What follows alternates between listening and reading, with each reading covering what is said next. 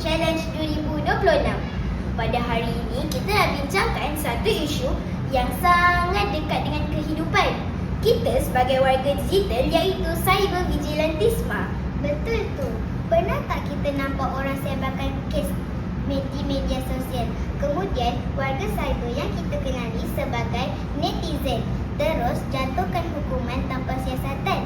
Itulah yang kita panggil sebagai cybervigilantisme.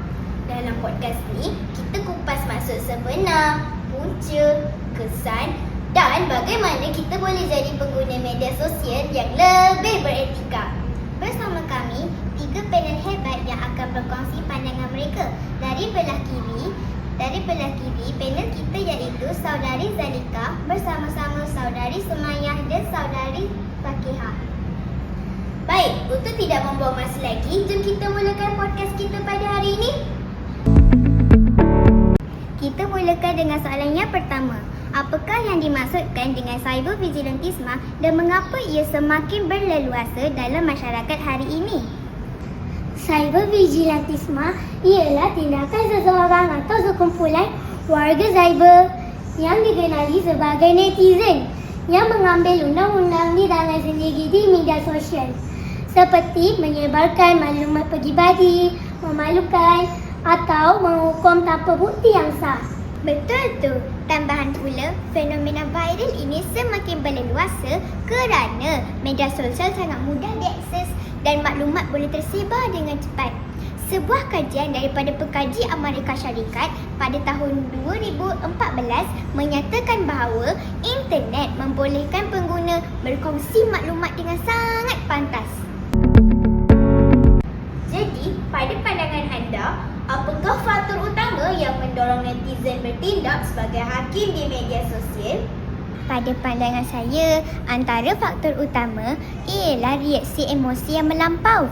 Terutamanya apabila melihat sesuatu yang dianggap salah, warga cyber lebih cepat marah dan ingin bertindak tanpa berfikir panjang. Ya, betul tu.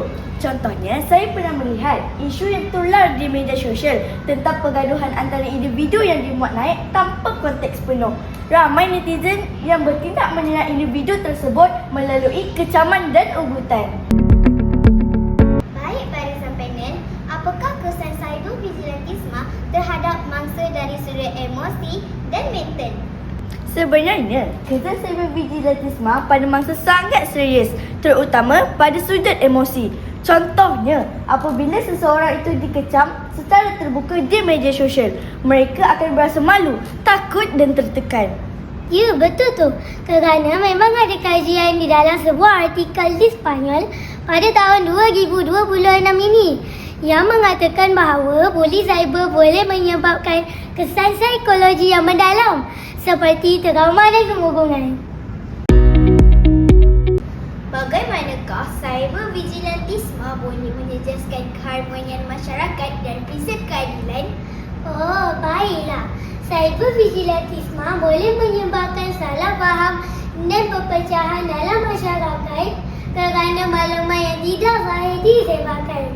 Ya, perpecahan sosial ini berlaku kerana masyarakat menjadi lebih cenderung untuk menyerang, mengecam dan menyebarkan fitnah dalam satu-satu isu di media sosial.